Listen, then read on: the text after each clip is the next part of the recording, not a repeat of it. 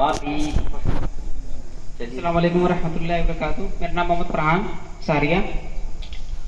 मेरा सवाल मकाला निगार साहब से है कि क्या बैंक में पैसा जमा करना जायज़ है नहीं, इसलिए कि इसमें अगर रुपया रखा जाए तो इसमें बढ़ोतरी होती रहती है, तो क्या किया जाए? और इस पर अगर जायज़ है तो इस पैसे क्या किया जाए? वही सवाल तो तला था। हाँ, सबसे पहला सवाल ऐप के ताल्लुक से था, वो तो मैंने वहाँ वाज़े कर दिया था। अगर वो मकाला ध्यान से सुना जाता तो शायद वो बात खुद वाज़े हो जाती।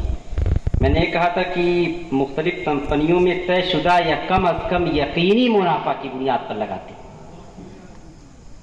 यानी अगर कोई कंपनी आपको यकीनी मुनाफा की याद दहानी कराती है कि आपको यकीनन मुनाफा दिया जाएगा और आपका हर महीना इतना बढ़ेगा, अगर रिस्क है तो बात तो वादे है पहले से।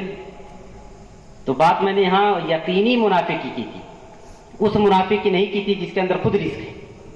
एक चीज। दूसरी बात, आपने उन्वान भी देखा होगा, यहाँ कारोबारी लिखा हुआ है, और मैंने कारोबार में जो सूद की शक्लें पाई जा रही है उस पर गुफ्तगू नहीं की। उसकी वजह है कि मैं समझता हूं कि ये तमद्दुन की पैदा करदा खराबियां हैं, एक सड़े हुए तमद्दुन की पैदा करदा एक खराबियां हैं जिसकी जड़ें सड़ चुकी हैं, जिसकी वजह से उसके तने, उसकी पत्तियां सब सड़ रही हैं।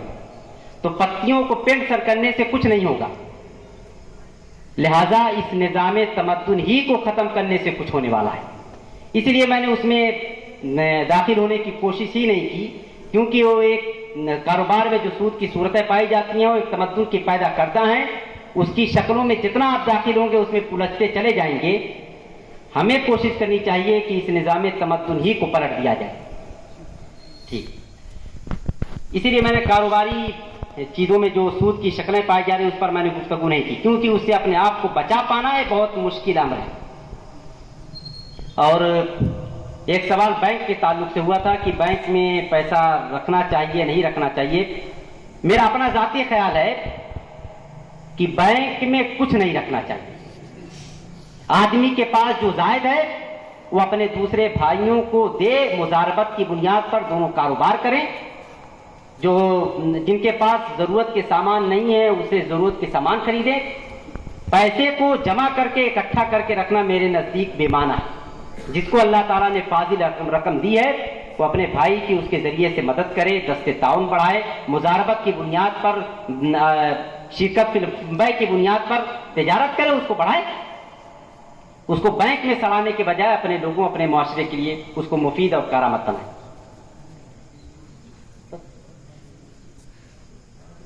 और अस्सलाम वालेकुम। मेरा सवाल प्रोफेसर अब्दुल अजीम इस्लाही साहब से है। आपने एक लफ्ज कहा हेजिंग, जैसे आप स्टॉक में अगर आपने कहा कि जैसे हम ये मान के चले कि यहाँ रिस्क एनालिसिस करके कि हमको जो है फायदा ही फायदा होना है, तो उस एतबार से अगर हम देखें तो हम तिजारत में भी तो उसी एतबार से हम पैसा अपना सरमाया सर्फ करते हैं कि हमें वहाँ जो है नफा ही कमाना है। कोई जानबूझ करके किसी तिजारत में ऐसी जाएगा ही नहीं कि उससे नुकसान हो।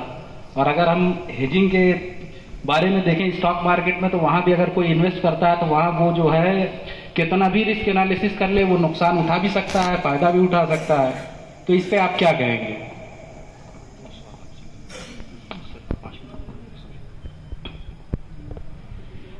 सबसे पहले डॉक्टर शाहिद साहब के सवाल से मुतालिक मैं ये अर्ज करूँगा कि